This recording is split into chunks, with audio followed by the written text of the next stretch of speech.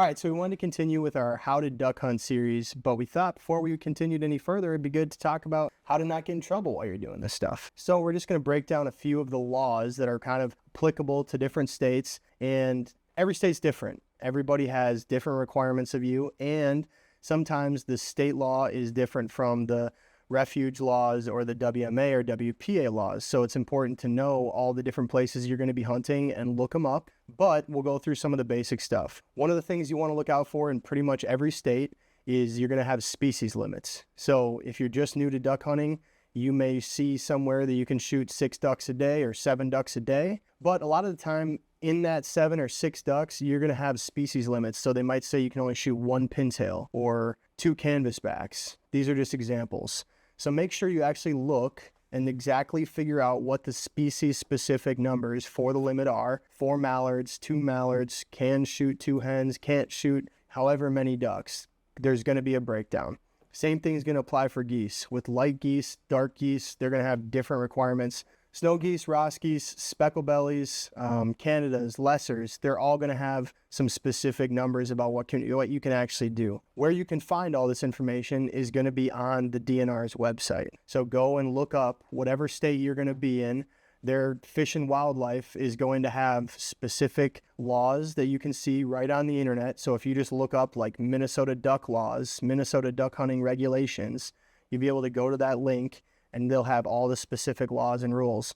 Another thing that's very common is going to be times of day that you can actually hunt. So sometimes you can not shoot until sunrise. Sometimes you can shoot 30 minutes before sunrise. So you want to look up, and sometimes it'll happen where it'll be part of the year that you can shoot half hour before and part of the year where you can't. Some states you go to, there's only certain days that you can shoot certain species, and that time limit might be until 12 p.m. noon.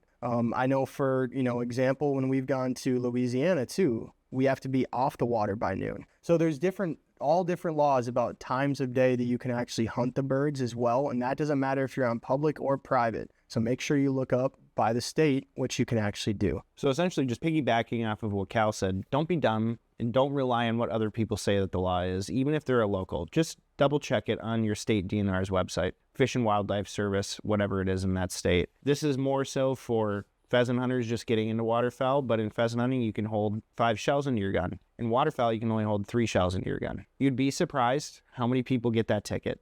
It is insane, but it's almost always the person who is a big pheasant hunter and then transfers into waterfowl. So just make sure that's a federal law, 3 shells in your gun at any given time. Another federal law for duck hunting is you cannot have lead shot, or low brass is another identifier. So here's what I have done by accident. Here's what a lot of other people have done. If you grew up hunting with your dad, they just throw a bunch of their shells into a backpack and they go. And when you get checked by the DNR officer and one of your shells doesn't stick to their wand, you're getting a ticket. And so that's a big problem.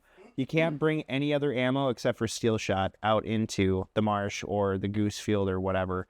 You can bring tungsten, you can bring bismuth, but you just can't bring lead. And so check your bag. Do not have any other kind of shells in there. But again, like Cal said, look at the regulations for where you're hunting so you know exactly if you're being legal or not. One thing that I've ran into too in Minnesota is we have a 500 feet law unless you're on water in Minnesota. I can't be within 500 feet of someone's house unless I've written permission from them in order to do so on their land, unless you're on water and you're shooting away from their home and it's a public land in front of their home. North Dakota, I think, is 1/4 mile, and I had no idea. And so a guy came out really upset with me, and I told him this is what the law is in Minnesota, and he goes, you should have checked the regs. And I said, you are absolutely correct. And so don't be like me. Don't be like so many of us who have messed up and not read the regulations. Go and read the regulations so that you can go out and have fun while you go and hunt. When you see the green jeans, the DNR come and check you, you know that you're good to go. So thank you guys so much for watching. We're going to have a lot more on how to hunt in this video series that we have here on YouTube. Be sure to subscribe. Hit the bell so you know when we drop another video. Thank you again.